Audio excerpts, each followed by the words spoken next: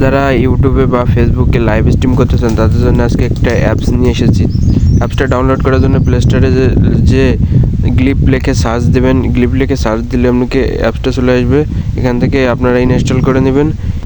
Install করার পরে open বাটনে ক্লিক করবেন। ওপেন বাটনে ক্লিক করার পরে আপনার কাছে কয়েকটা পারমিশন আসবে, সব কটা অ্যালাউ করে দেবেন। অ্যালাউ করার পরে যে কোনো একটা জিমেল দিয়ে আপনার এই আইডিটা লগ ইন করতে হবে।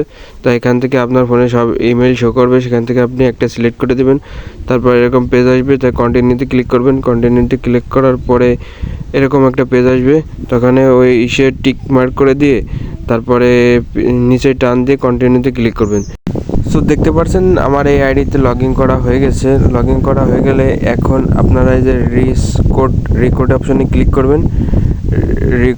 কোডে ক্লিক করার পরে লাইভ স্ট্রিম নামে যে একটা আছে ওখানে ক্লিক করবেন। তারপরে অ্যাড টিটার ওটাই ক্লিক করবেন। তারপরে সিলেক্ট হবেন, ওই বাটনে ক্লিক করবেন। এখানে আপনার ফেসবুক, টুইটার, ইউটিউব যাতে করা যাবেন সেই অপশন চলে আসবে। আমি যেহেতু ইউটিউবে লাইভ স্ট্রিম করবো তার জন্য ইউটিউব সিলেক্ট করে দিয়েছি। দেখতে পাচ্ছেন যে আমার এখানে ইউটিউবের নাম শো করতেছে।